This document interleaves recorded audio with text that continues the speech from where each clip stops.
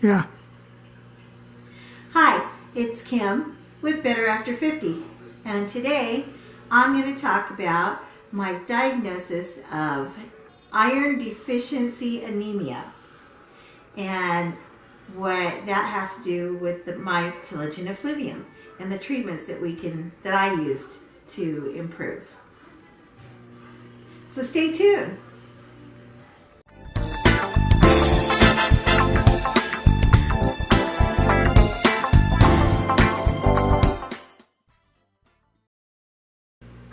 In my previous video, I talked about how I finally got into the doctor and had blood drawn, and I was waiting for the results of that. Well, I finally got them, and I was told that I have iron deficiency anemia, and that kind of scared me a little bit because if you've watched my other videos, and I'll link them. When I first got, the reason I first got Telogen effluvium is because I lost a lot of blood internally, and my hemoglobin, which should have been at 12, was at 4, and I had to get 3 units of blood. So when I found out that I had iron deficiency anemia, and my hemoglobin levels were at 10, it kind of scared me.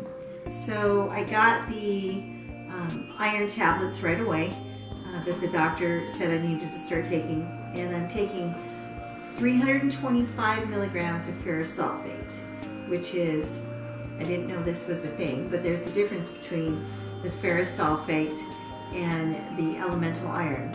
So it's 65 milligrams of elemental iron that's in the 325 of ferrous sulfate.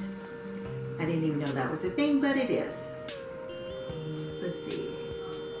So I'm taking that, the iron tablets. I'm taking probiotics, because apparently that's good for you if you have anemia. I'm trying to eat healthy, eating a lot more red meat, eating the dark green leafy vegetables, and I heard today that squash is really, really good for you, like winter squashes. So I'm going to start trying to eat a lot of that. Anyway, I wanted to make sure that I jumped on that stuff right away, because I didn't want to have to worry about my hair falling out again. Because if my nutrition goes way down because of my anemia, the first thing that's going to happen is my hair is going to start falling out again. And I just really don't want that to happen again. So I'm going to have a link down below for the supplements that I'm taking. Again, I'm taking the iron, I'm taking the probiotics, I'm taking biotin. I take biotin every day, and I'm taking a regular multivitamin. But also, if you're dealing with the Telogen effluvium, I do want you to know what really helped me is the Nioxin minoxidil drops. I used that, and I used the Nioxin shampoo and conditioner. And I've had a few people ask me about hair coloring when you're dealing with that, because I mentioned in a video that I still colored my hair even though I was going through the Telogen effluvium. And I'll put a link as to the products that I used when I was coloring. Oh, I still colored my hair, but during the Telogen hair falling out. And as for me, it didn't hurt, it didn't exacerbate the problem, it didn't make it worse. But I only used 20 volume developer to do what I needed to do. I wouldn't suggest doing anything higher than that. I wouldn't suggest, box color from the grocery store. You want to be really, really careful. And since I am a cosmetologist, it was easy for me. But I'll put that information, the links to the products down below, so that you can color your hair, because it sucks to have your gray showing. I mean, it's bad enough that your hair is falling out. It really sucks to have it turning gray too. But also, a lot of you have told me that the stage with your hair falling out has lasted, a long time. And for me, it only lasted about between 1.5 and 2 months, and then it just stopped. And I really attribute that to the fact that I used the nioxin minoxidil and the shampoo and conditioner. So I'll put a link to that too. And I started taking the biotin. I also was taking lysine and ashwagandha, because I was told that helps. So I don't know if maybe all three of those things help to stem the tide of the hair falling out. But mine did not last as long as a lot of people are telling me theirs did. So I feel pretty fortunate about that.